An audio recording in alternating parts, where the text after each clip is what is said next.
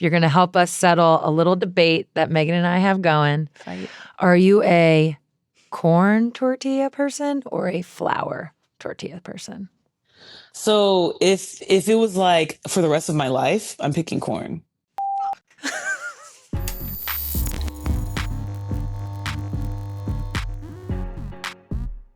Welcome back to another episode of A Touch More. We have actually been gone from each other for the whole week. Yeah, well, somebody got inducted to the Oregon Sports Hall of Fame. Oh my gosh. Somebody nearly didn't survive without me. I know, it's she hasn't Oregon. said that, but Oregon. I'm joking. That can be a Are You a Megan, Are You a Sue, though. We'll figure that one out later. It's like, are you born on the It's East Coast? really Are you East born Coast, on the West Coast, yeah. Yeah. We're back together in New York. So nice to be back. We have so much to talk about this week. I'm really excited. I also went to Christine Sinclair's final regular season home game in Portland. Obviously, Portland Thorns are in the playoffs, and we're going to talk more about that. Also, adding more women to the NBA AllStar game. Very excited Adam about Silver that. spoke about that. Yeah, we're going to tap in. We're going to tap in. And we are recording this episode on the eve of Election Day. And by the time it comes out on Wednesday, November 6th, we'll have a better idea of who our next president's going to be. Maybe and only a little bit better, but a little bit. I know. I'm actually hoping we know. That's what I'm hopeful for. I know. But that's what I'm hopeful for. That it's a landslide and we just get to... I'm currently dealing with PTSD from previous elections where it was just, the pendulum was constantly swinging. It's like, Kamala's going to win, Trump's going to win. It's like, so I've had to tap out of social media completely.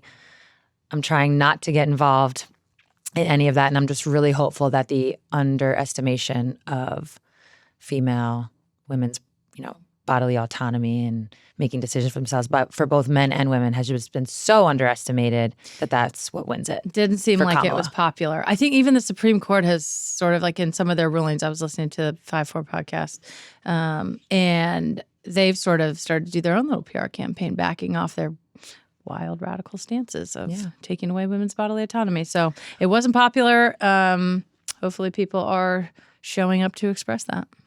And we have 9-time WNBA AllStar, Nneka Ogwumike, joining us today. She's been doing a lot of important work around the election. So we're going to have her tell us more about that. Madam President. Okay, we're also going to hear the results from last week's Are You a Megan or Are You a Sue? I think we have a lot of call-ins and a lot of good fodder on the corn or flour tortilla. I know actually our group chats were popping off about this in real life. So I'm excited to get to those. We haven't heard those yet. I'm excited to be crowned the winner, basically. It's not about winning, but I'm going to win. All right, so let's get into it. Support for A Touch More comes from LOreal Paris. Each year, the L'Oreal Paris Women of Worth program chooses 10 brilliant nonprofit leaders to be Women of Worth honorees. Later in the episode, we're going to learn about a couple of the 2024 honorees and hear directly from an incredible Women of Worth alum. So keep listening. We've got a couple topics we're going to check in on. First up, the NWSL quarterfinals bracket is set. 8 teams facing off this weekend. They begin play on Friday. Megan, when you look at all the teams, is there one team in particular, their journey that you're most interested in? Orlando Pride. I mean, I just can't even express how much of a turnaround this is. Obviously, they had an incredible year, Shield winners, but so like from a numbers perspective, from their record, everything, they went on a huge unbeaten streak. They went on a big win streak this year. There was a great article written by Jeff Kassouf called The Laughingstock, basically how they were the laughingstock of the NWSL. And I am guilty of this. Like this was a place that was like joked about as like a punishment to get sent to, tough to keep talent. Like they just didn't have a great show out from their fan base. Like it just was this place that like they had a bunch of scandals, just like couldn't get on top of it. And I just want to give it a huge shout out to Haley Carter, who runs that team, and Seb Hines, the head coach, for the job that they've done. It has been remarkable to like turn a team around that quickly. That's had such a history of really just like bad performance and just kind of a bad culture and like not great vibes. Seb is also the first Black manager to win the regular season Shield, so huge shout out to him. Also, he has 2 Black assistants on his staff, Giles Barnes and Yolanda Thomas. And he's been really vocal about not just his responsibility to do that and the underrepresentation of Black coaches within the NWSL, but also just, putting Black coaches on staff and the visibility that creates, not only for his players, but for everyone. So I just wanted to shout that out. They're obviously doing an incredible job on the field and off. The number 1 seed, Shield winners. To see also Marta just be able to play for a great team and be so successful, and to have kind of resurgence late in her career with this amazing team around her has been really cool to see. I just always love like great players being really successful and having great teams around them, so their talents can shine. So shout out to the Orlando Pride. Amazing season. So Orlando is playing the Chicago Red Stars. Kansas City Current is going to go up against North Carolina Courage. Washington Spirit versus Bay FC, who snuck in at the end. And Gotham will be playing Portland. Is there a matchup you're most closely watching? I think it's Gotham Portland. Of course it's Gotham. I think it's Gotham Portland. I mean, I think we're going to go to the game. We are going. Okay, we're going to go to the game. I got you a jersey. Great. I'm kidding. It's a scarf. Thank you so much. Because you guys love your scarves. Oh, we do love a scarf. I'm like a little upset alert here. I just feel I feel like this is the one that I mean, listen, it's tough in soccer. It's like we don't have series. We don't have anything like that. Obviously in European soccer, the sort of championship and table and like the whole season isn't structured like this. In 2022 we were Shield winners and then lost our first playoff game. That really sucked. It's just like soccer's always a like sport of just on the day, like you could dominate the whole thing and lose. But this one strikes me. Portland Thorns trying to send Sync out on a good note. They have Sophia Smith. That's always super dangerous. They seem to be having a little bit better of a vibe here recently. Obviously, they just won their last game 3-0 and their last final regular season game sent Sync off with a bang. But that's the one that I'm kind of circling like, The 3-6 matchup? Yeah, 3-6 matchup. Going against the home team? Yeah, Gotham's been really good this year. I don't think they've reached their full potential, really. I thought they had the roster to be a lot more dominant. I did always have the questions at the beginning of the year, bringing in this many star players. How's that actually going to work? I think it's worked okay. Such a hater. I am a hater, especially as they took our two best players. So I am going to hate, and I feel like I'm justified because... Some would just say that's good GMing. I agree. I think it's really good GMing, and I'm wondering why they haven't been better. Anyways. It takes time to gel. It does take time to gel. It does take time to gel. So yeah, I'm really excited for that matchup and all the matchups. Yeah, we'll definitely be watching. Reminder, those games start this weekend on Friday, happening basically all weekend. And then we got the semis, November 16 to 17, and then eventually the finals on November 23rd. All right, now we're going to turn to WNBA news. It's funny because last week we talked about all the coaches in the WNBA getting fired and how we didn't foresee much happening from now until whenever. And then boom, we walked out of the studio. I opened up my phone. The second we walked out. And Stephanie White Do you think they did that on purpose? No, yeah, they knew. They listened to our pod and they knew. So Stephanie White, it's a little different though. She wasn't fired and it was already in, the atmosphere. Yeah, it was in if you were in the following universe. the tea leaves, as they say. It was in the universe that Stephanie White was likely going to be leaving Connecticut. It actually got leaked that she was in conversations with some other teams, one being the Indiana Fever. So none of this was that surprising, but she was officially named as the Indiana Fever head coach.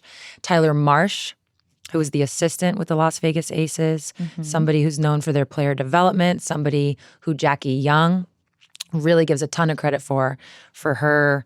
God, just the change in her game and the rise in her game. He's been named at the Chicago Sky He head can coach. do anything for anyone else like he did to Jackie. Oh my gosh. That's a huge, especially with a young team in Chicago. Well, I was going to ask if you foresee these vacancies being filled quickly. Obviously, Marsh going to Chicago and now Stephanie White in Indiana. Do you think these jobs are going to be filling up quickly, or like what are teams waiting? Like what's happening? Yeah, same what are as teams waiting for? Same as right now. If I'm a coach who's interested in the WNBA and I'm probably getting calls, I'm sure teams are calling coaches, interviewing them. The process has begun.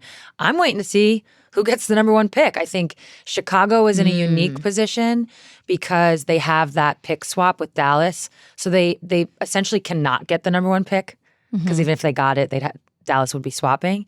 So I think for Tyler, it's kind of like, oh, this is a great opportunity. For Chicago, it's like, let's just fill this. Let's just go get the best talent. Okay. So yeah, I don't really see anything happening before November 17th. I could be wrong, but if I'm a coach, I'm waiting to see where those picks fall. Yeah, I'm in the Paige Becker sweepstakes. Absolutely. Okay, so November 18th. 17th. Well, November 18th, we'll be seeing all the coaches, all the coaching vacancy spots fill up. Keep your eyes on this space, everybody. All right, next up, we do want to talk about Adam Silver and his comments around the NBA AllStar game. I was fascinated. He's already looking ahead to the 2025 NBA AllStar game, trying to make it more competitive. Last year, a team scored over 200 points for the first time. So some might say that that's doing something, but viewership would say the opposite. It's not doing much because all they're doing is running down the court and dunking and then running back down and dunking and running back down and dunking. And in between, they'll shoot from the halfway line. Depends what you like. Yeah. But Adam did point out that the Steph-Sabrina shootout was one of the highlights and said, quote, I think showcasing those kinds of activities, Steph versus Sabrina, where you see men and women both competing in basketball at all-star events should increasingly become a big part of it. And incidentally, when you look at the interest in terms of viewership last year, one of the highlights was that Sabrina Steph shootout. So we want to do more of that. So Megan, what's your reaction to Adam being interested in potentially more WNBA player involvement?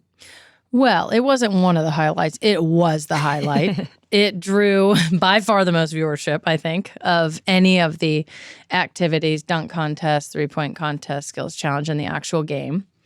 I thought this was fascinating from Adam. This is how I'm reading it. We need this for the product. We need women to be involved, or we see this as a huge opportunity, seeing how well the shootout between Steph and Sabrina went. I think there's an amazing co-branding opportunity here to obviously bring, they're owned by at least half of it or a huge part of it is owned by the same people. The NBA has a massive problem with the All-Star game. It's boring. I mean, it's just like not that good. I think from the WNBA's perspective, if I'm Kathy, if I'm Nneka Ogwumike, if I'm Terry Jackson and the players, I'm like, oh, okay. So this is a huge business opportunity. I'm not going for like, oh, Sabrina should get paid X or a huge amount. I'm like, what's the revenue split on the sponsorship deals around the NBA All-Star? How is the W going to be meaningfully integrated into those sponsorships? What's the business opportunity for both, but really for the WNBA? I think that is the most legitimate way to do this. I think players going in and like making $100,000 and making $500,000, that's just like nothing, basically, to what they're giving the NBA. I mean, I think the viewership around Steph and Sabrina was huge last year. So I think that this is a great opportunity to show some muscle and to also be really savvy in terms of trying to get a revenue split on a lot of the sponsorship that goes into this. But then there's the actual game also. So these are just kind of like the peripheral things. So what should the NBA do? And like, how do you grade the quality of the game? And, as a basketball fan, but also like, what do you think they should do about it? In terms of the quality of the game, it hasn't been great. But I don't feel super judgmental over the players for that. I totally have space and understanding based on my own All-Star experiences. Like, it can be really hard to get up for that game. And you know sure. you're there to entertain. That's the whole point, is to have this be this entertaining game. But I don't know, it can be hard. I think what the NBA needs to start looking into, WNBA too, to be honest, is more things like what we saw with the Elam ending. Which, for those that don't know, the Elam ending is basically, at some point, they put a target score, and then it's just the first team to get to that score. That's the simplest way of saying it. There's all kinds of details. And we were actually at the 2020 NBA All-Star Game in Chicago, courtside. I think we had Diana on one side, Migos on the other, Quavo. We were in an iconic photo. Of which a few of the posts I got cropped out of, and I was pissed. Devastated. Devastated, yeah. I was like, it was like Spike and the Migos. Literally everybody. You and D. Chance was next to us too. I'm there It was too. everybody courtside. The erasure. And it was exciting. Yeah, we were it all was. up literally out of our seats for this final, what could have been in the moment, like the final play. Because now these guys are out there playing for something. So I think the story that tells is stakes matter. But, you know, it's interesting because while I am being kind of easy on the players, it was interesting to hear recently on the Young Man in the Three podcast, President Obama's take. And we're going to take a listen to that. Can I say something, though? Y'all got to have a little more pride in that All-Star game. I mean, look, it's not as if y'all don't play pickup during the summers. Right. So you know how to play in a way that, all right, I'm not going to hurt anybody. I'm not going to take anybody out. But that All-Star game's it's broke, man. Well, I agree. mean, people just like not running. Everybody just trying all kinds of. Well, I'm not. It used to be when Kobe and Michael and Isaiah, those guys were playing, man. I mean, they weren't playing the way they did regular season, but they wanted to win. This sounds like a conversation with my pops right now. He gave me the same speech. It insults the game. Well, all I said is my first All-Star game, I came off the bench. So Yeah. I'm just reading the room of what's going on, and I'm just going to adjust to whatever. No, I agree, but everybody needs to be just like, all right, We got to lock in better. lock in better. Well, we had because you're showing out. This is this is your business. This is your product. You don't want people thinking y'all out there just half-assed. I crack up every I have time so many at thoughts. Tyrese's face when President Obama first says, like, this shit is whack, basically. Tyrese's face is like, it's like my favorite part. Tyrese was like, listen, Dad, Yeah. this isn't on me. You sound like my dad. I'm just Dad. a little brother here. I didn't do anything bad. I was just reading the room. Don't be mad at Yeah, me. you're not mad at me, right, Dad? Hey, yeah. You're mad at them, right? Yeah. Not me, Dad. You're not me. It's not my fault, right, Dad? Yeah. That's exactly. He tried to get right out of that. Yeah. But I think the challenge to loved the it. players from President Obama is on point. I have a lot of space for both sides. I think it's on point. I think at this point, money isn't going to move these guys. So there isn't an amount of money that they can put on this game. They're making I think $50 there million has a to, year. they have to figure out something in the world of like stakes. That's what the Elam was. There's a little bit of stakes on that, right? Like we're going to have a last minute play no matter what. That's what you see with Steph and Sabrina. There's some stakes on this. So people are going to tune in. Now, to reinvent the world of stakes is hard. I Yeah. do think the NBA each year should try to find something new. I wish I had some amazing idea to drop. The only thing I thought of was something around the shot clock. Like maybe you lower the shot clock, make it like, I don't Quicken even the know, game a like little bit? 18 seconds. So now you just have, you have to play fast. More action. Yeah, you have to be fast. But with that, the players do have to play hard. I mean, I do get it. Listen, you're going into this All-Star weekend. You're the only ones who don't get a break. You know, it's like your reward is not getting a break, but obviously you're an All-Star, so that's the reward. You're going to be staying out late. Just say that. You're going to be like enjoying yourself, having fun, yada, yada, yada. And then you got to show up and like play a real game. I get that, like, you're not going to be like playing defense. But I don't know what the, Yeah. I don't know what the, Clearly we're here with no, yeah. I mean, We I have do nothing- feel like we it's have a no value. pride, a little bit of pride from the players. Like, this thing is broke, but like, well, that's what I said in the world of embarrassment. Like the one Yeah. thing that moves people, and President Obama kind of brought this up with you play pickup. When those guys are playing pickup, I think there is an element, not the whole thing, but an element of like, I got to show out. Like, or I don't want this guy to make me look bad, and vice versa. So if they could find a way to pull that out of the players, again, for them to play hard. I thought the best point that President Obama made was, this is your business, this is your product.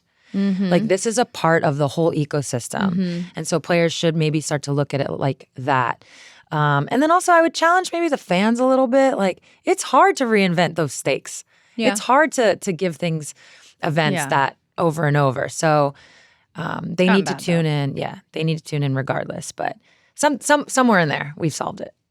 Yeah. I mean, it's like nobody wants to be called out by, the coolest person ever. And then Barack Obama is just absolutely calling out the entire NBA as like unk status. And it's just so funny. I thought it was just so funny. It was. Maybe we should have him play.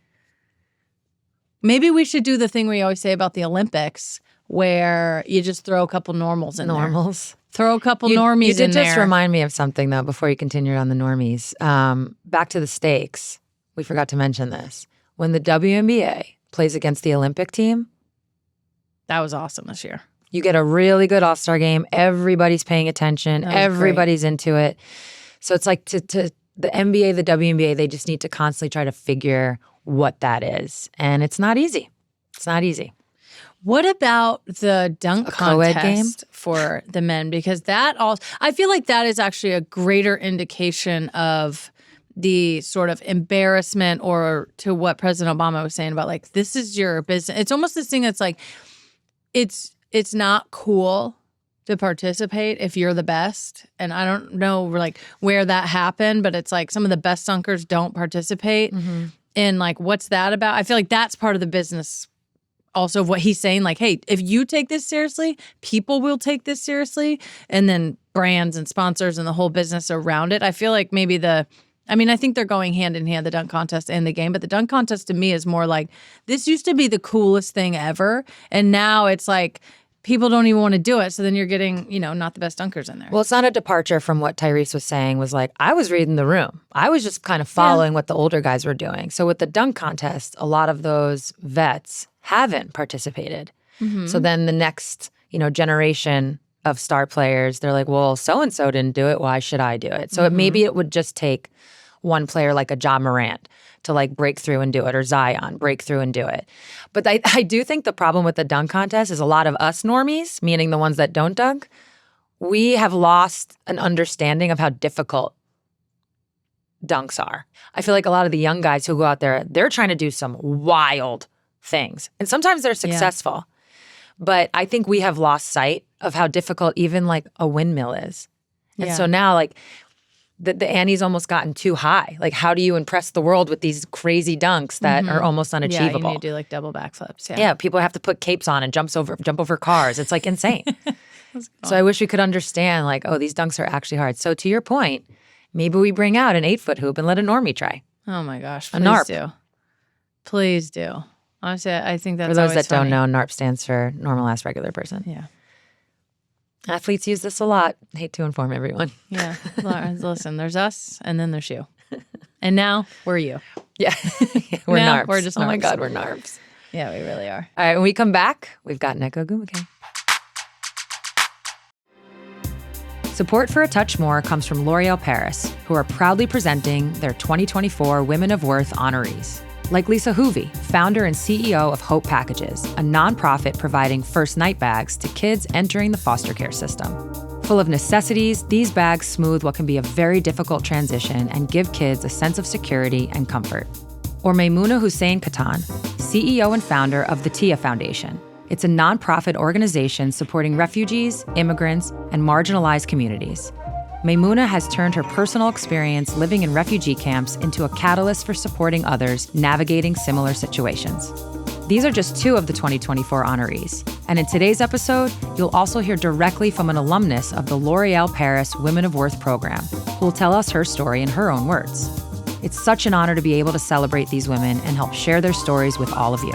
Learn more about this year's recipients at womenofworth.com.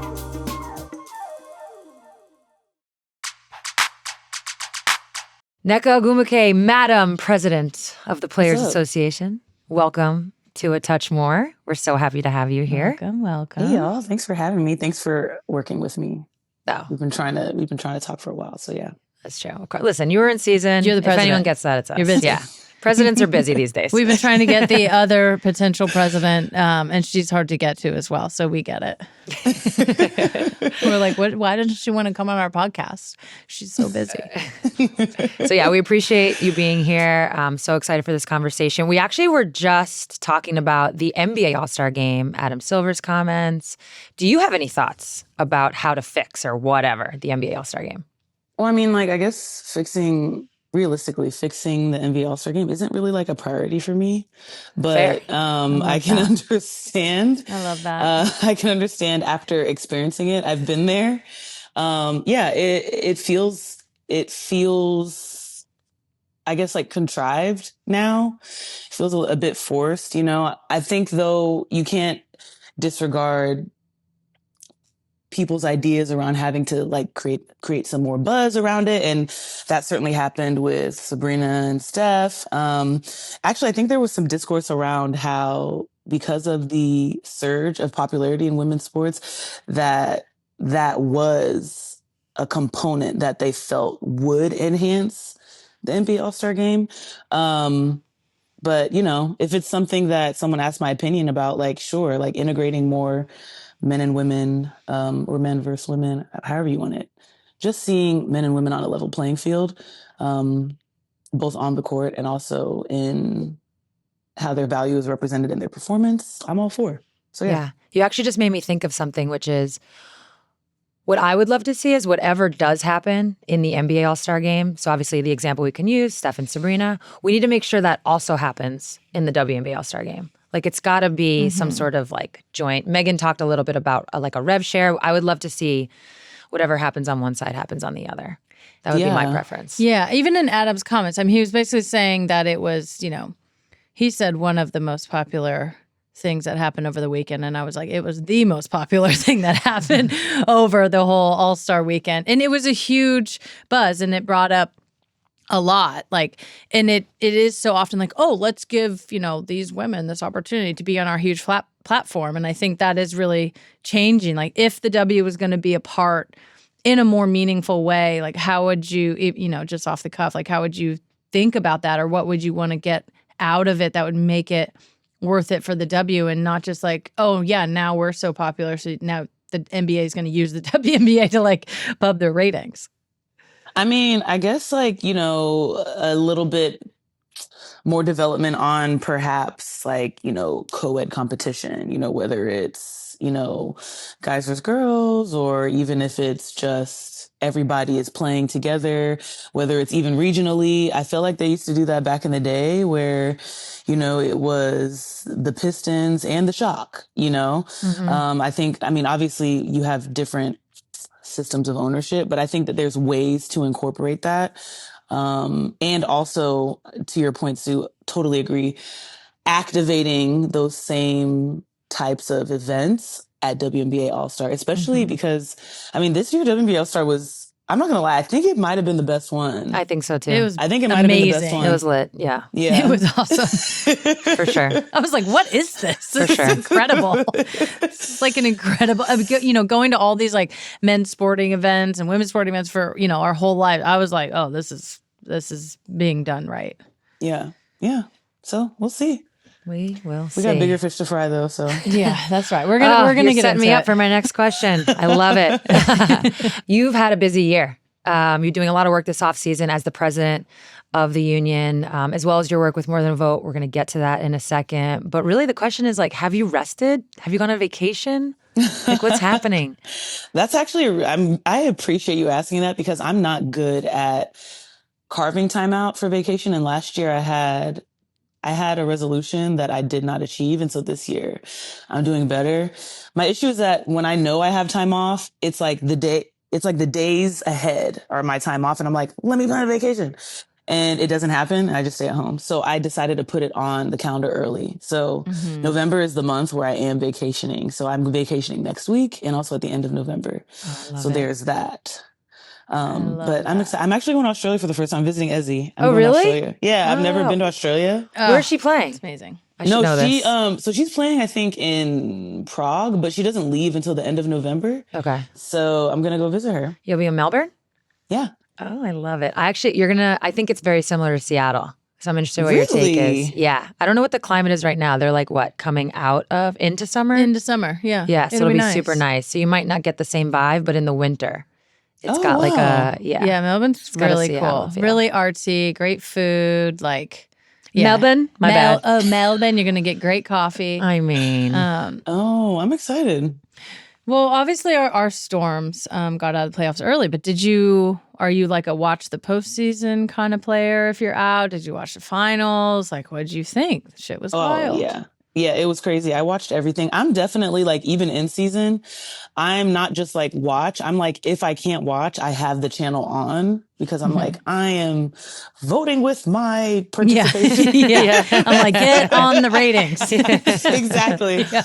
So I always do that. And yeah, I watched all the finals. I watched all the postseason. It was so good. Was it a foul at the end? Oh, you guys. I mean, honestly, what wasn't a foul in that game?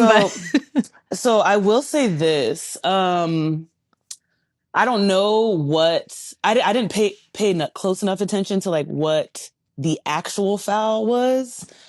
But if we're talking about that specific play, I think ordinarily, if it was just, July 4th and you're playing at home, like, I don't think that would have been something that would have been called necessarily, but given the given the circumstances, I can see why perhaps there was a whistle there. Now, I will say this, because verticality was something that I was reintroduced to this year. And when I saw that play, I think that is what was perhaps what they reviewed and confirmed, because I know a lot of people were paying attention to her arm and the fact that she didn't hit Stewie, right? Mm-hmm.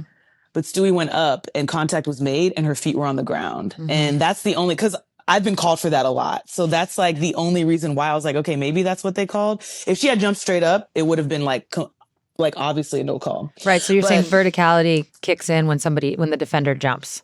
Yes, like that's the only legal way you can defend someone when they're going up and there's contact that is made. You have to go straight up and down and your arms have to be straight up and down. So that was my guess. I don't know what happened. I don't know, It's tough. It's tough, man. But I've been in that situation before. Like in 2016, they didn't call my shot clock violation. So, but they didn't call the backcourt violation the game before. Yeah. No. We saw those tweets. I know. We saw the back and forth on that. What did I say to you though? After that game, we were at the game. I was like, I don't know. I mean, as a player, I want to say I know all the rules, but when it comes to verticality and certain positioning, and a post player can have a forearm and a hand, but not the knee, but the knee and the hand, and not. It's like sometimes there's only so much that a player's knowledge goes, and I feel like the referees know everything to the nth. So. I don't know. It was a wild game. It was a wild game. From the tip, that was the most just the energy from both sides was so intense. And then the refs, they let it go and it was super physical. That thing was wild from start to finish. The series was super physical. That game in particular, we were there, like I said, blown away by the physicality. I was like, what am I watching? Yeah. I said, it's EuroLeague. I was like, who wants to see a EuroLeague game? Tune on in. Actually, that was literally like a game in France. Yeah, I was going to say Bourges. Yeah, Bourges. Yeah, that's exactly what that was.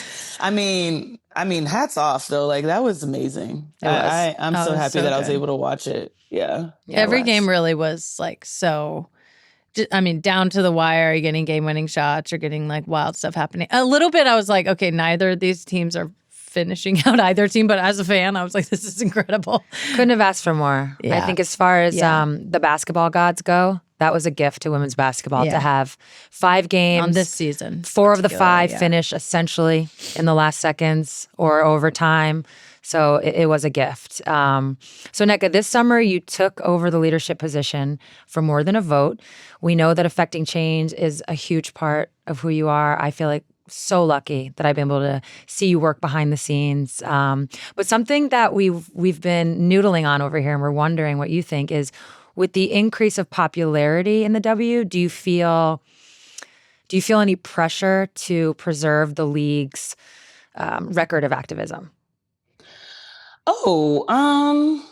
That's an interesting question. I don't think I've ever seen it as pressure because, I mean, both of you were there in 2020. Like, there was no one really cared besides what was right, and I think that that's something that we've always had, but didn't necessarily know how to express or to organize, or to activate. Like in the past, like we would say things here and there. We would be fearless in certain ways of answering questions, but then like 16 was really where, okay, something was done. And then people were like, oh my gosh, like, what are the consequences of this, And by 2020, it was a part of our ethos at that point. Mm-hmm, mm-hmm. And I just feel like that being in the bubble, I think it really just changed how people regarded themselves as WNBA players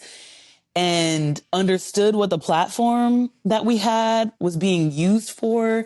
It came in pari passu because it was like, okay, I have this platform because of basketball, but basketball also gives me this platform.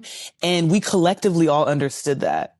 And I think that it's kind of culminated into, I would say that perhaps it's not pressure that I feel, but I'm definitely met with a lot of expectation. Like people ask me all the time, what's next? What's next? Like, I mean, Same. we did not anticipate, we did not anticipate the Black Lives Matter movement in 2020. We responded. We didn't react, but we responded.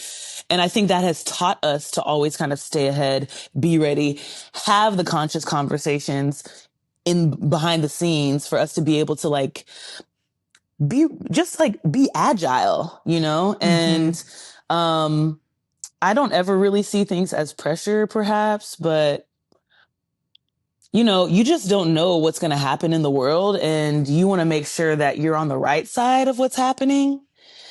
And I think just maintaining that agility is something that has now kind of become a little bit more, it's a little bit more at top of mind, when I operate in the union and in the EC and such.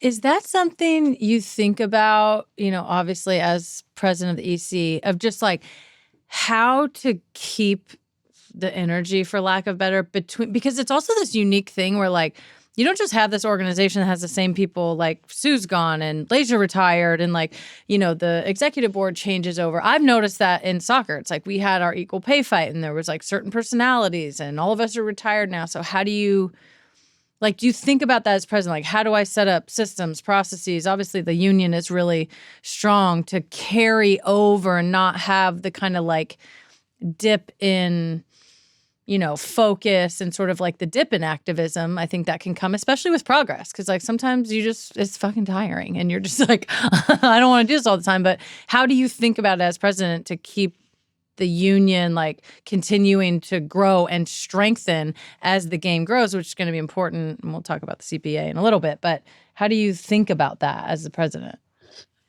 I mean, I think I kind of get down to the how and not necessarily the what, because there are certain things you can anticipate. There's a lot that you can't, but to maintain that level of awareness requires engagement. And Sue, I mean, this, like we were going in to last negotiations with like, okay, we just need people to open the emails and respond in the group chats. And it's crazy how much of the work is that and not necessarily explaining processes and, outcomes, because it's really just making sure that in this life that it is to be a professional athlete, that you're informed, because we are always in the position of, okay, what is that? What is this? Who's doing that? Like, we're always going to ask the questions, but we won't if we don't have the information to be able to ask those questions. And so a lot of what I feel maintains that awareness is the engagement. So especially with this younger generation,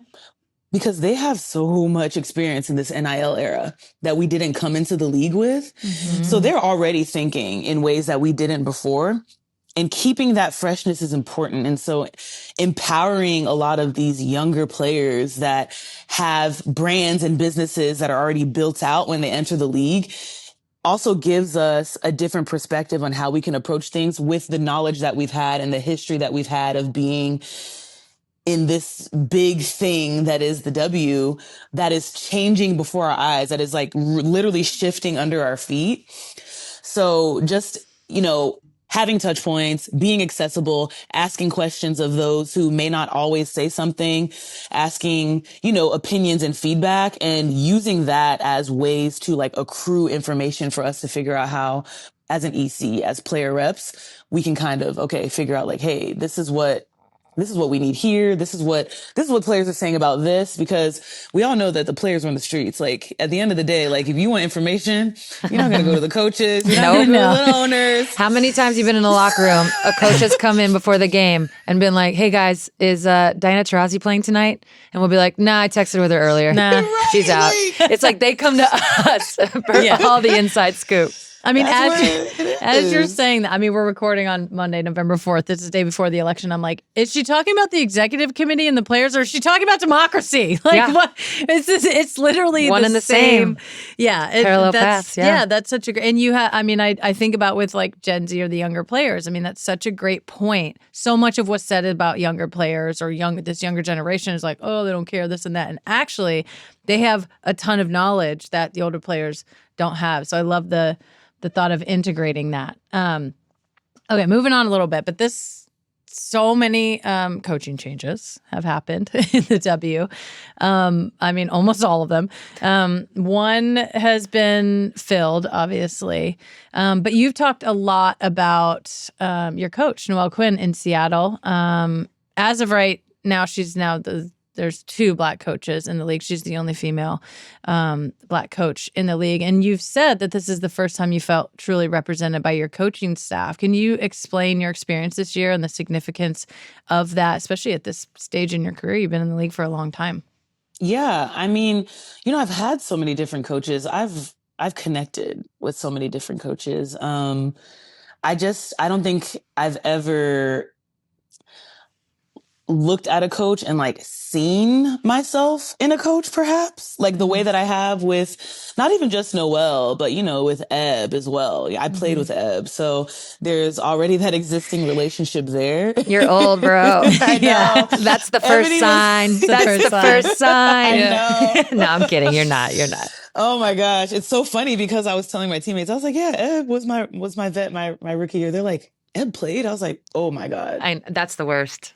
Yeah, where do you think she came from? That's the You know what I'm worst. saying? She just likes basketball? No, she played. What are you talking about? I'm like, absolutely. She was good. She's a champion. I'm like, come on, relax. Yeah, but yeah, like, just being able to kind of relate to my coach in that way, it's cliche, but like seeing someone that you see yourself in, there's things that you don't necessarily have to explain, like when you're communicating with your coach. And I would say that even, not even just being a Black woman in the WNBA who's played in the WNBA, I would say that, if you're generalizing it a little bit more, or if you're kind of like stripping the categories away, even like playing, like someone who has played, like you guys know it's different when, I mean, it may be different because like Sue, you and Noe were like so close in age and like you guys had played together, but still like there's just a different type of relationship you can have with someone who knows you on that level, because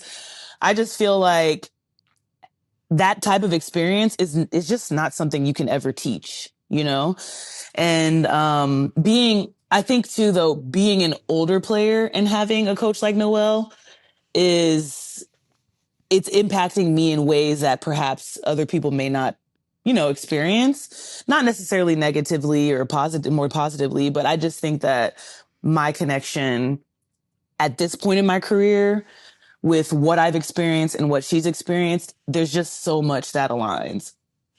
So wait, did you miss Noe by like a year? Did you play with Noe? No, yeah. So Noe left the Sparks the year before I came. Okay. So you just missed her by a little bit. And okay. Eb was still on the team. So I was on the team with Eb, I think it was about 2 years. Eb played with me and Chene. That's crazy. I love that. I love that so much. But both Ebony and Noelle, like both of them, Eb has her journey through the G League, but Noe came up through the WNBA, I guess like assistant coaching ranks. And we're seeing a strong pool of assistant coaches right now being hired. Natalie with the Valkyries, Tyler with Chicago Sky. Do you have any thoughts around how the league, really the world of women's basketball, to be honest, can improve the opportunities for assistant coaches, for Black women to have more success when they do get to those head coaching positions? Yeah, I mean, I feel like we don't need to reinvent the wheel. I think that it's having the same approach as you would with other coaches that are given chances. You know, I really hate to see what happened to Spoon happen to Spoon. Like that's really crazy to me. And I also think like when you're thinking, if we want to even get tactical or logistical, like what can a new coach do in 1 year? You know, like I just feel like what can anyone do in 1 year? Like a player. You know, I feel as though a new team for you guys. Yeah, you guys had new players. Yeah, it's hard. Yeah. In 1 year, it's very difficult. You know, now we weren't in the locker room. We don't know what was happening, but ultimately I really do feel like the cushion is not the same for everyone.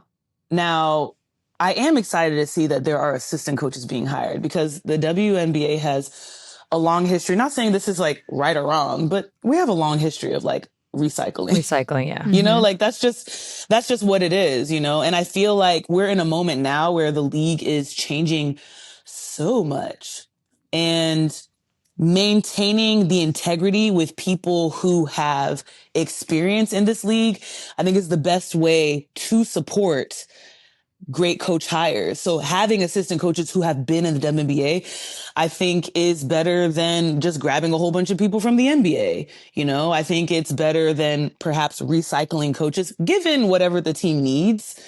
But everyone is going to have different hiring practices for what they need. But I do think offering those opportunities and the support to, I guess you could say what we're doing now is like upcycling. Is that what it is?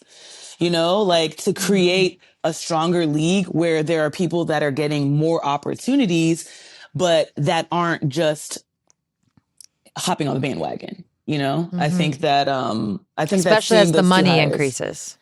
Especially as the money increases. So it feels good to know that we have assistant coaches who have experience in the WNBA that are now getting head coaching opportunities. I feel like it's like keeping everyone honest. We had this conversation just around like the CBA changing and the money going up and GMs having to really like earn their money now. Previously, it was everyone slotted in some sort of way. And now it's like there's probably going to be more qualified people than there are positions. And that keeps the competition high. That keeps everybody honest. And it keeps, you know, ultimately the players in the best position, which is having the best coaches that they can. I mean, this season was just incredible for so many reasons. All the records, everything broken, viewership crazy, attendance crazy, which obviously came with a lot of growing pains, sloppy media, a lot of just flat out racism and hatred towards the players. I think, I mean, specifically for the media and maybe the league, like what lessons do you want them to take from this year? Of course the fans, but I think the fans are taking their cues from more so the media and the league. So the fans are just going to like hop on the bandwagon. So we're going to leave them out. But I think from the media and the league in particular, what do you want them to take from this year heading into the next season? I feel like in the same way that it's demanded of the players to give their best and to step up and to be ready, everybody has to, you know, everybody has to be able to take that type of heat. You know, I think that what the players have endured while still performing at a high level, while still giving a good product, knowing that that is what is sustaining this excitement, people got to match our fly. You know, I think we have to hold ourselves accountable from all angles to be able to ensure that this continues to go exactly where we want it to go and beyond. So whether it's the league, whether it's the media, like really ask yourself, like, are you doing the work? Are you diversifying stories? Are you exercising integrity when it comes to putting out the best product? Like, are you making decisions that are balanced business decisions? You know, I think that there's always room to make balanced business decisions and to create equilibrium across your approach, no matter how you're involved in the league, because that's what's being demanded of us. You know, like we get criticized a lot and we still have to come out and hoop, you know? And I feel like that simple approach is something that needs to be adapted by everybody. Honestly, the more I learn about AI, which does segue into social media and bots, the more I'm just appalled at journalists that use social media narratives to write their stories. Wild. It's real, like, it is a fake Wild. place that has, we've talked about this a lot, a fake place that has real consequence. And it's just, I was at this retreat this past weekend and one of the conversations was AI. And these are like industry leaders talking about it. And it literally made me think of the WNBA and the coverage this year and just how some journalists really dropped the ball on just following those social media narratives. Yeah, it's pretty scary. Well, no, there was a lot of like, well, people are saying. I'm like, who? Who? Specifically, Who? I needed there to be like a body and a heartbeat with that person that Yeah. you're talking. But it's just like, Right. oh, person said on, or I just heard it one time, and then we just say, oh, people said, or I heard this, or whatever. No, I'm like, that came from Twitter, which is a hellhole. It makes me think of our future, and it kind of scares me. But at the same time, you can't overlook social media and how it's helped the WNBA grow. And I was curious your thoughts, whether it be social media. There's a ton of factors, but I want to hear your thoughts on when you look back. Let's call it the last 5 years. What do you think the most important or largest factors have been in the WNBA's growth?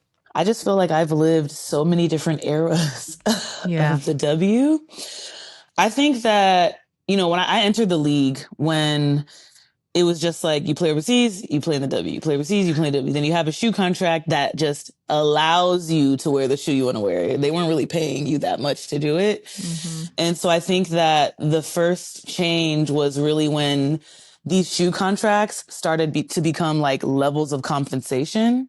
You know, I think that was kind of like at least my first observation with like experiencing, okay, like there's more, you know, like this can yield more than just you earning your check playing on the court. You know, I mean, obviously it's tied, but, you know, inadvertently. So I would say like when it comes to that level of marketing, you know, when the shoe contract started to increase, I think that made a difference. I think, I think that the diversification of talent across the NCAA also made a difference. I think that for a long time we had experienced like the top dogs, like, you know, the top 3 schools, and that made up like 50% of the draft. You know, like I feel like the diversification of talent across the NCAA definitely made a difference.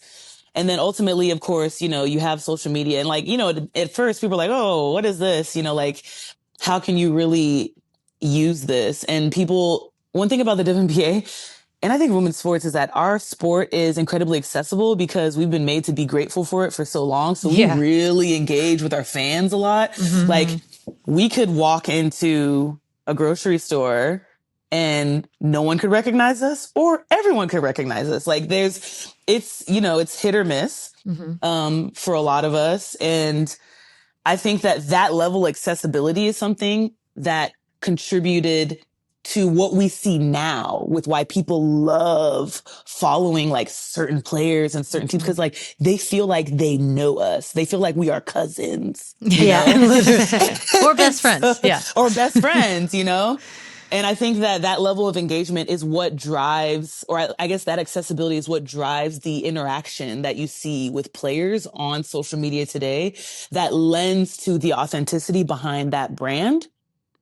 And, I mean, ultimately, you know, I guess lastly, I would probably say that, you know, just people watching our game for what it is. You know, I think, it's funny because like when I was watching the postseason, I was like, oh, people are really like talking about how much they're gonna miss the W because it's like real basketball. Like there's fun, like everyone always talks about fundamentals, but like there's like clean skill. Like people are out here like really displaying things, and we don't have to be, you know, grand slam and dunking all the time for it to feel interesting.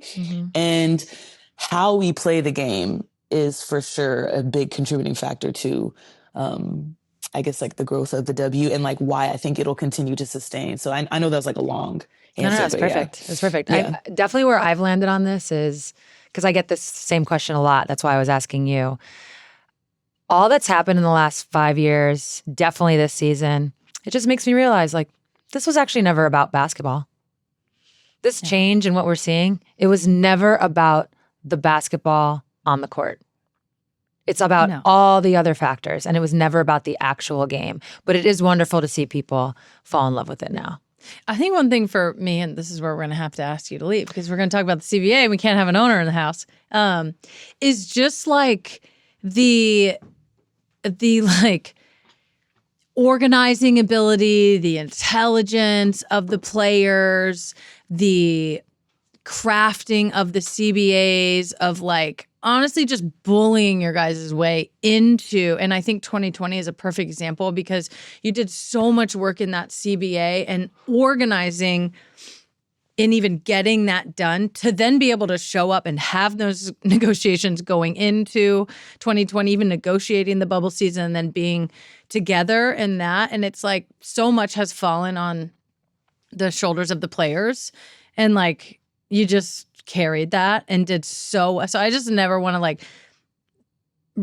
be remiss and not say that because it's been so impressive to watch. Obviously, Sue and I've been together for 8 years. It's just been so impressive to watch the way that like you guys really did that against kind of all odds and like you said, hooping at the same time. So I just wanted to say that you guys are amazing. But I want to get into the CBA. Obviously, the players have opted out of their current CBA. And you've said opting out isn't just about bigger paychecks. It's about claiming our rightful share of the business that we have built. And I want to ask you, like, how you want to see that, but also just for you to reflect on this moment. This feels like a sort of once in a generation moment to like shift the course of women's sports in general, but certainly the WNBA. So just how are you conceptualizing this moment and what does that mean to have a rightful share of the business? Yeah. I mean, this moment is timely, and it's right on time. You know, I think that what we're experiencing in the WNBA is amazing. And it's something that we've always felt on the inside, but now a lot of people have joined the party. And it is a business that is built on the backs of these players. You know, there is no league without the players. It's as simple as that. And us recognizing our worth well before this, even when it wasn't necessarily granted, is a part of the history that brings us to meeting our moment. You know, I always talk about being agile, and this is a moment where agility is not only necessary, but it's really what's going to carry us through. And I think that this business that was built on the players, it's past time that it needs to be reflected in a way where we feel it tangibly. But we're on time to be able to have the conversation with what we are experiencing historically in the league right now. And so I really do look forward to, I mean, this is going to be my third CBA negotiation. So it's always like go time, but I look forward to this one, especially because of the composition of our league. The last two CBAs had a lot of the same players. This one has a lot of new players, and I'm really looking forward to what I can learn through this process for us to be able to keep our foot on the gas. How do you balance trying to, you know, I know from a player's perspective, if I'm a player, I'm like, I'm trying to get the most that I can and get the biggest part of the business with growing the business and knowing that this generation of players, like the last, I mean, I felt this in our own CBA negotiations of like knowing that like you're going to have to maybe sacrifice a little bit, knowing that's in a real growth period for the W. So like getting what you need to get for the players with the growth, with like the education of the players at the same time. Negotiations are like everybody wins a little bit and everybody loses. It's got to hurt a little bit. But they hate to see you coming. I know that. No, but it's true. Like it does have to hurt a little bit. Like I think the way that I've always kind of like now that I've gone through too, I've seen negotiations is like, okay, you know, everyone isn't going to get everything that they wanted, but everyone is going to get something that they wanted. You know, like I think that there's different levels to it. And that goes for both sides, you know, the league and the players. But the best way that my approach has always been, especially in 2020 really taught me this, both in the negotiation and also in the bubble. And I've said this before, you can't get distracted by the noise of the minority for the needs of the majority. And that's something that I always have to keep in mind while understanding whatever privilege I have, whatever privilege other players have, because the meat of the league is not always who you think you're surrounded by, you know, and you have to make sure that you're addressing the needs of what most of these players are talking about. And that's when you're able to kind of create the space for people to have these conversations. And you realize like, oh, wow, like I'm not experiencing that, but a lot of these players are experiencing this. This is something that we need to look into. And maintaining that line of communication is what maintains the engagement. And ultimately, you discover what needs to be done along the way. It's not always comfortable, but maintaining that space where people can feel free to say certain things, I'm not sure is ever really going to be uncomfortable if we're all trying to achieve what we want at the end, which is more oftentimes than not quite similar. And then, you know, as you know, in negotiations, like things change. Like it is certainly an ebb and a flow, and it's a winding road. What you were talking about today may not be what you talk about in 3 days. Like it's just always so different. So, you know, being on your toes is important. Yeah, talk about being agile. Oh gosh, nothing like a negotiation will keep you agile. If there is a new CBA, you know, hopefully there will be. Both sides will come and get a great deal. If there's a new CBA by 26, I want to hear your thoughts on how you think that kind of free agency, because basically everybody's only signing a 1-year deal at this point. So how you think free agency is going to shake the league, because essentially everybody's going to be a free agent at the same time. I can't wait to watch this. Oh my gosh. We need documentaries about this.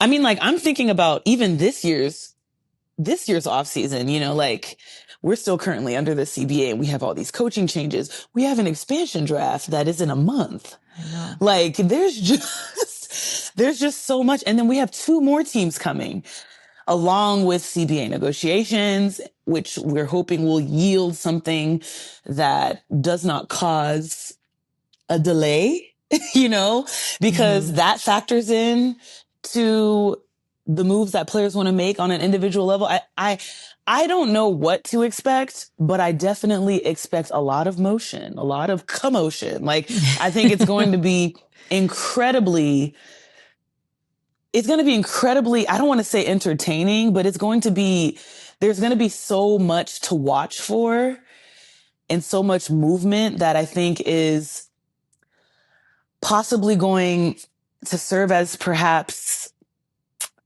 a blueprint for the future of the league as we continue to expand and we continue to grow, and understanding the dynamics of all of these changes and what that means for the progress of the league. There's just so much in so little time to consider that I know that it will be eventful.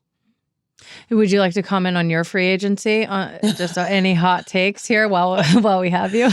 I mean, I said this earlier today. I was like, I'm looking for a team that has a head coach that I'm connected to, a practice facility, great engagement when it comes from ownership, management that's on top of it. I mean, Seattle has all those things. They do. We would love to still have you there. I mean, you've said that even just in your decision to go to Seattle. Do you think that sort of holistic package will become just way more the norm of the framework of what players make decisions under moving forward, especially after this new CBA? Oh my gosh. I mean, I think it was happening before, you know. Players are really thinking about quality of life and quality of career. They're thinking about the sustainability of it all. And I think too, when you have a standard of operation across the league, perhaps, you know, whether it's facility, you know, now we have travel, which will be codified, which is what I'm working on. And you have relationships with management and ownership that is not constantly going through some type of change. That is stability that players are looking for. Yeah. And it's, like I said, the players on the streets, they're going to drive the movement. And if you're not, you know, if you're not with it, then it's going to be very difficult to engage with athletes in free agency. Like, they're going to determine where they want to go based on their comfortability. And right now, there's a lot of cushiony places right now. Yeah, you're not going to be landing anybody in free agency if you're whack. If you know what I'm saying? Like, even these new teams. Is there any talk of lowering the draft eligibility for college players? I'm thinking personally, specifically of Juju, who's just so good, so advanced. We were watching a little bit of her game. But even just moving forward, as obviously we get into expansion and teams are codifying their operations, practice facilities, more coaches, player development, all of that. And we're going to bring Sue back in. We want to talk to you a little bit about expansion. But is there any talk of lowering the draft eligibility in the W at this point? I think especially after the NWSL kind of did away with the draft, I think that players, I think it definitely piqued their interest. Like, like what changes can be made with that process that, you know, that involves our experience in the W. I'm not sure how deep those conversations have gone, but I've definitely heard players have like raised that with me. Okay. Yeah. Yeah, that's an interesting one. It is. Okay, Sue, we can bring you back in. CBA talk is over. We will be watching this space so closely. Obviously, this type of negotiation, too, I mean, I felt this with Eagle Pay, just is such a framework and a blueprint for other women and other industries. I think the whole country is going to be watching this in particular. This is a really exciting one, and we can't wait to watch you work in that. But Sue has some questions about expansion. We've talked about expansion a little bit and the number of teams coming in a short amount of time, so... from here. That's really the question. Do you have any thoughts about expansion and how we're going to see the landscape of the league change in the next couple of years with these additions? Yeah, I mean, this is going to be the first time this is going to be something I've never experienced. You know, I've experienced teams relocating, but I haven't experienced more than 12 teams in my 13 years of playing. So I think it's great. I think expansion is great. I think establishing a standard by which these teams are operating is incredibly important. I've said before, I don't want to expand if the teams that are coming are going to bring or at least be built upon problems that we're currently trying to fix. Like, we can't have teams that are also dealing with issues that we've been long trying to fix. I do worry, though, a little bit about, I guess, volume. And I mean, number of games and number of spots. I feel like, you know, we played a 40-game season. That was a lot. We had 11 people on our team. That was a lot. Yeah. And I know next year we're going to have 44 games. 44 games with still only 11 rostered as the minimum and max. No, so you can 12. have 12. You can 12 is the max. I believe, 12 is the max. And I really feel strongly that with more games, we need more spots. I mean, I felt like we needed more spots when we were playing 38 games. 36 games. Like, I really felt that way. And I don't see how that is not included in the conversation around growth. I just don't see how that makes sense. But, that's all I'll say. I don't want to get in trouble. Thank you. I appreciate that. I'm over here sweating. All right, now we're going to take it to a place I didn't know existed. Nneka, it has just been brought to my attention that you are a French fry connoisseur. Can you just first tell? Who told you that? Don't worry about it. We did our research. We're in new seats now, and we got to do research. Okay. Wait, what does this mean? You literally, everywhere you go, you make sure you check out French fries or what? Yeah, I do. I like try French fries everywhere I go. I Can we love get French I need to fries. understand. So you've just landed in, pick a city, New York. What are you doing? Are you scoping it out? Are you doing research? Are you on Eater? Like, what's happening? So I don't necessarily, scavenge for French fries, but if I am looking at restaurants and I see that they have fries, I check them out and I'm like, okay, I'm going to try these. And that's it's more so like self-discovery rather than, having a rubric by which I'm like trying to find these fries. But I will give you 2 places that I think have the best fries, and one's in LA and one's in Seattle. Oh, I was going to ask Seattle, so hit Yeah. us. What is that restaurant on the rooftop? Is it M Bar? Yeah. Oh, sneaky good fries? Yeah, like We have a favorite. their fries are real. They put I think sumac on their fries. Like their fries are really good. Okay, and then if I you've like ever that. been in LA, my go-to place, go to, is Ply Provisions. Their Oh. fries are so good. Never even heard of it. Okay. Oh, it's so We're good. gonna It's right check by the beach. both of them Okay. out. Have you been to Betty, which is No. you go up Queen Anne? Uh-huh. Just like a little Yeah. neighborhood bistro. Oh my God, I'm forgetting the street names already. Gaylor. You go up Queen Anne and it's where It's it right in hits the Gaylor. It's corner like of basically Gaylor. right on that corner. Have you been to Five Spot? So good. No, I haven't been to either one of those. Girl. We need to talk. Okay. So I need Five Rex. Spot is actually more of a breakfast brunch place. I was just giving that as like a landmark to see because it's across the street from Five Spot. It's called Betty. It's like your local go-to. It has a little bit of everything. Fries, elite. What? Oh. Elite? Elite So fries. good. Okay, They're so I'm good. gonna take you guys up on it because fries and like Thai food is what I do. And I found my favorite Thai dish in Seattle. I'm not Now, surprised by that actually. What is it? No, well, so like I'm gonna. I've been trying to figure out how long I want to gatekeep it, just because I don't want. You don't want the line to get Fair. long? We can do it offline. Fair. Get long. I'll text you after. But Fair. honestly, when people ask me personally, I tell them. But and I know that it feels bad because I'm like, I want to share this. They have business. But I do tell people word of mouth. I've sent a lot of people there. So I didn't realize that cuisine, like Thai cuisine, was almost like regional. Mhm. So crispy garlic chicken is a thing in Seattle. I've never had crispy garlic chicken. Which But restaurant? I'm going to text you. I'm not going to Oh, say that's it. what you want to say. I'm trying to figure out when I'm actually going to say it out loud. Because Keep it I've to been yourself. I've been on 3 or 4 interviews and I've talked about it and I haven't said their name. Okay, so before you go, we're gonna have a little fun with this fry obsession. We're gonna do a Okay. little game of bench start cut, Okay.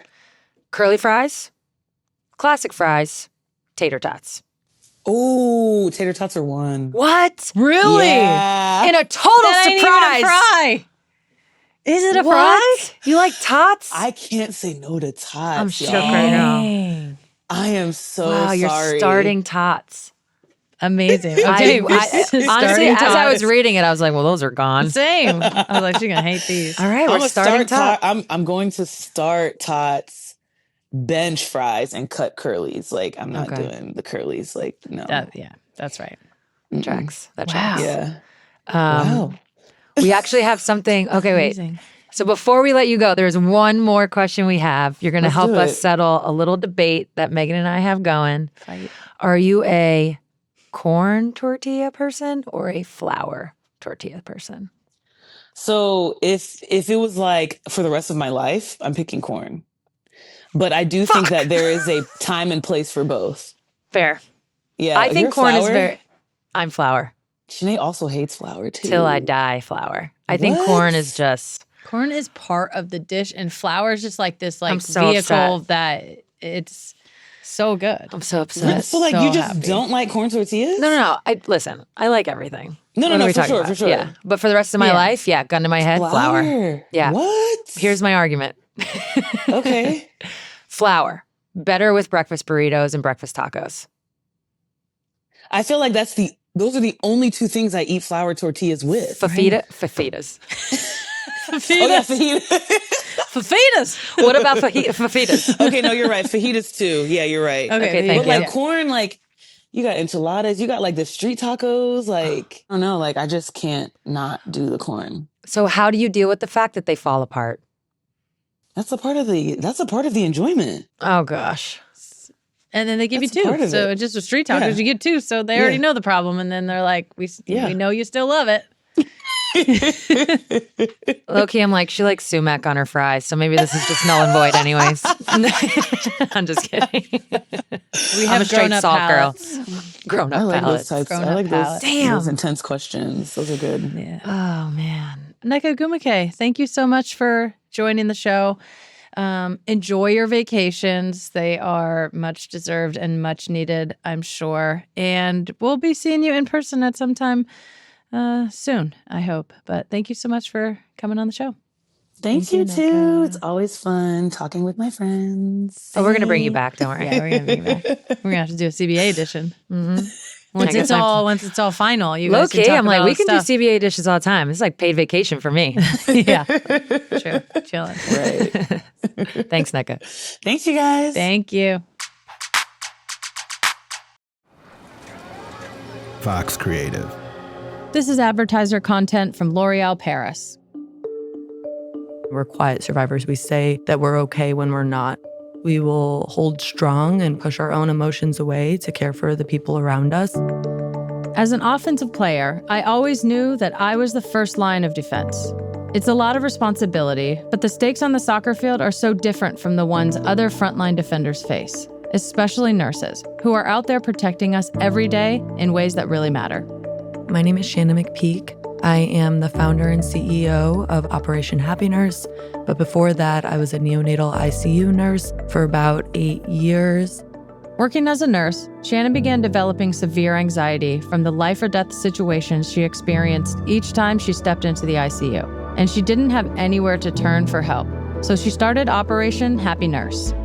We focus on providing preventative care measures to the nursing community so that we can positively cope with the things that we see and the traumas that we experience. L'Oreal Paris Women of Worth program gave a voice to that quiet survivor. Each year, L'Oreal Paris launches a nationwide search for 10 extraordinary nonprofit leaders to be named Women of Worth. Each honoree receives $25,000 to support their charitable causes, mentorship from L'Oreal Paris Network, and a national platform to amplify their stories and their work, and to remind powerful women that they can be the ones to define their own worth. We as women are taught that our worth is defined by the people around us. And to me, that's what worth is, to find things within yourself that you know are benefiting the world in some way that other people might not see at face value. Learn more about Shannon McPeak, Operation Happy Nurse, and this year's recipients at womenofworth.com.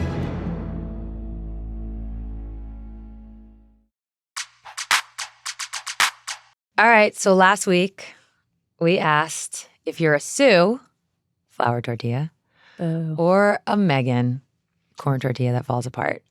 And this is going to be new to us. Let's hear the responses. Hi, Megan and Sue. This is Lisa from Houston. I'm just calling in to say that I am definitely a Megan when it comes to tortillas. Corn all the way. Flavor is so good. However, I do have to say, I agree with Sue. When it comes to breakfast tacos, definitely not corn. Thanks, y'all. Hi, my name is Paul Arce. I'm originally from Mexico, from the other side of Mexico, and I am more of a Sue on this one because flour tortillas, tortillas de harina, reign supreme in that side of the country. Depending on the taco, the tortilla matters. So carne asada, flour tortillas. If you want a pork, corn tortillas. Hi, this is Karen calling from the wonderful nutmeg state of Connecticut. A corn tortilla can slap, but it has to be a good corn tortilla. Like if they're behind the counter making those tortillas while you're ordering your tacos, that's going to be some good-ish. However, if they're not like that, it's flour all the way because it's a better vessel for whatever delicious toppings you're having on your taco. Well, I know what I'm hearing. I'm hearing corn's better, but it has the tendency it's conditional to break corn. sometimes. It's a conditional corn. There are certain conditions where people might like it better. It's very conditional though. You literally have to have somebody making it behind the counter in order for it to be good. Where are you getting that? At good places. Where? Flour's just, it's consistent, it's dependable, and it's delicious. That's what I heard. And, someone from Mexico picked it, so. The best versions of both, corn is better. No. But it dominates the flavor. It adds to it. And breakfast tacos, so you're not even gonna, you're just gonna. What? Flour wins in breakfast. You don't even like chorizo. You shouldn't even have a say in this. I don't. It's too much or something. Listen, in the morning with the eggs, it can be a little too many variables for corn tortilla. I do agree with that. It can get crazy and it busts out the bottom, and there's nothing worse than that. But they're just like mealy or something. Like, no, not the really good ones. Yeah, but when are you? How often are you coming across those? Every time I go to Mexico. Been there a number of times this year. It's so good. They're just better, and they're smaller. I definitely know if you're making them in your own kitchen, not literally from scratch. I'm just out of the package. It's flour. Flour's just fine. I can concede dependable, on that, but I don't like the taste either. You'd say that corn dominates. I think flour dominates. It was funny when Karen was like, "Corn slaps." I thought of that challenge where you smack someone. I was like, "What is she about to say?" Corn tortilla could never survive that. That would fall apart immediately. Yeah. You definitely need flour for the slap ability of that. Thanks for calling in, everybody. And I feel like it's mostly a win for me, but there's some tying in there. I think you won a little bit. I'm just going to let the voicemails speak for themselves. And speaking of voicemails, the A Touch More voicemails are open. We want to hear your questions for us. So call 1-833-A-TOUCH-8. We would love to chat with y'all and answer some of your questions. Bring your bickers, ask us for advice, let us know what topics you'd like to hear us discuss. Yeah, Again, hit us, y'all. Call 1-833-A-TOUCH-8 or leave a comment on our episode on YouTube. And now we're going to leave y'all with a touch more.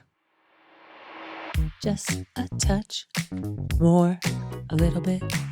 Just a touch more. Yeah.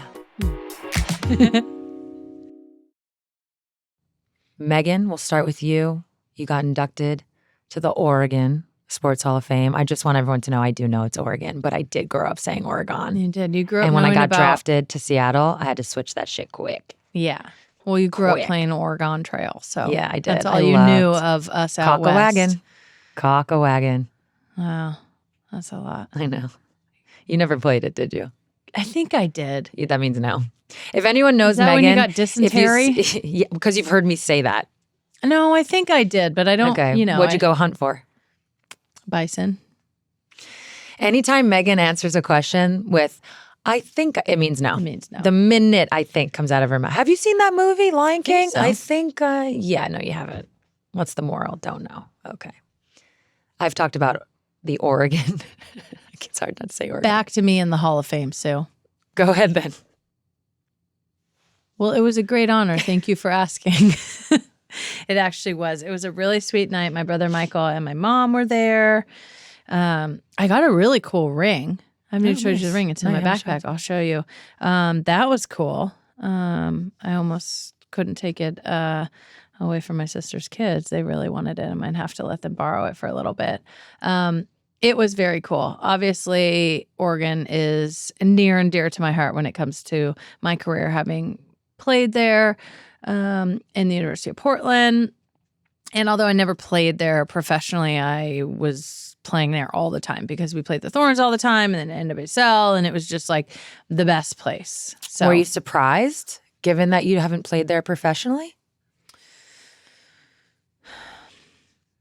Not really. I mean, I feel like I made a big impact in Oregon. I think like my time at the University of Portland, and then just like how much I've kind of stayed. I think being in Seattle, if I would have gone somewhere else and played like in a totally different region of the country, that might have been a little more difficult to get in. But I feel like I was kind of like always there. Like I played in Seattle, but it was really kind of always the same thing and a little bit like synonymous with it.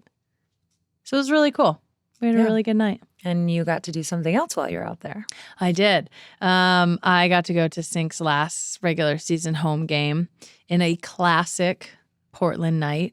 It was about 50 and it rained the whole time.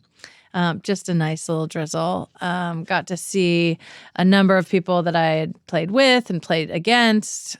Sync scored in the game, which was amazing.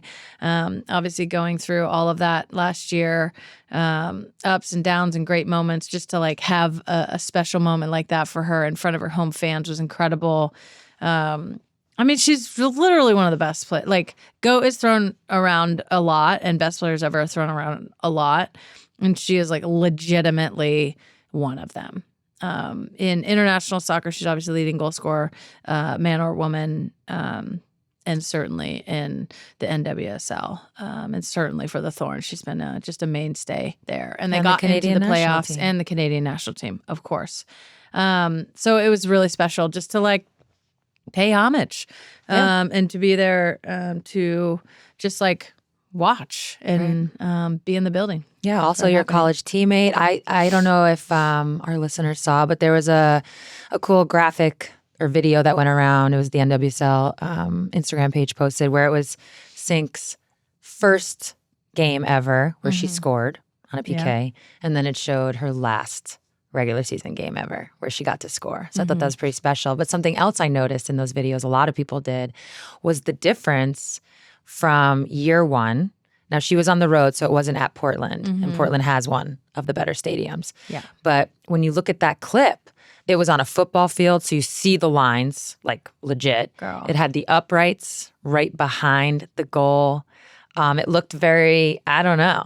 Terrible? Like Pop Warner version of. I mean, it was tough out here for us. But then you fast forward to now, and obviously Portland, like I said, has one of the better stadiums. So it was really interesting to see, that evolution, I guess. But at the same time, as we always like to point out, as far as women's sports has come, there's always places and times where we have to push for a little more. And recently, the San Diego Wave had to move their season finale over some safety concerns of their field at Snapdragon.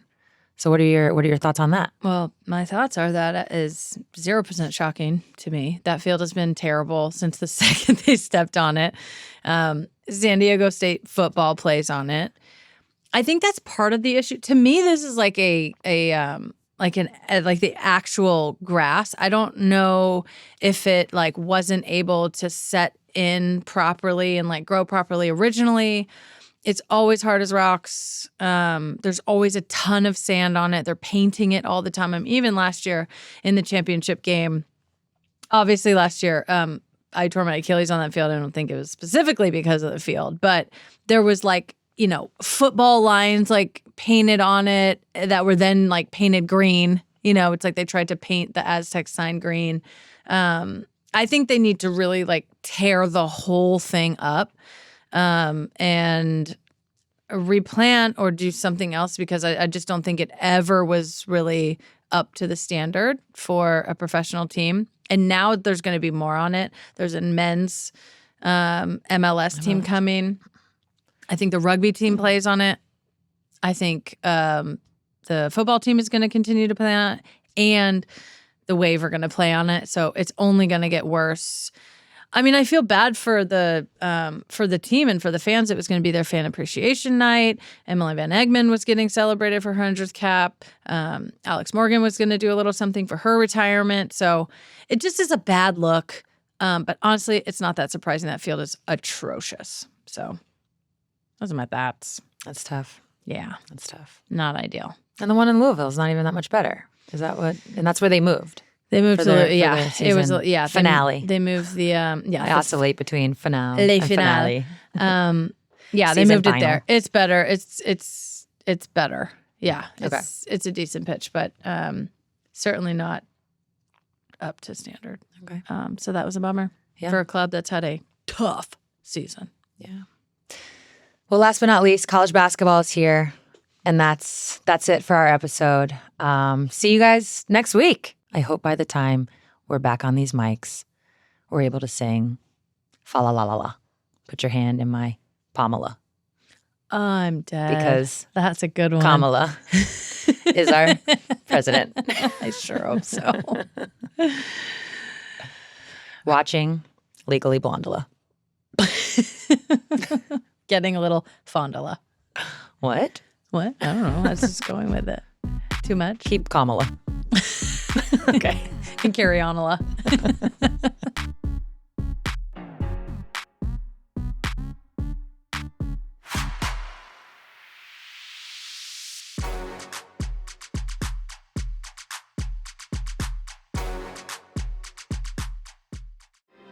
Thanks to L'Oreal Paris for their support. Where does your sense of worth stem from? To Shannon McPeak, her answer has been changing her whole life. Working in a field as intense as nursing and just existing in this world as a woman, she had built a sense of worth off of approval from others. But it created a flimsy, superficial, and unsustainable base to draw from. So she started Project Happy Nurse to provide nurses everywhere with tools that allow them to build a steady, indestructible sense of worth. True worth stems from within, not from the approval of others. And that's what "because I'm worth it" really means. Learn more at LorealParis.com.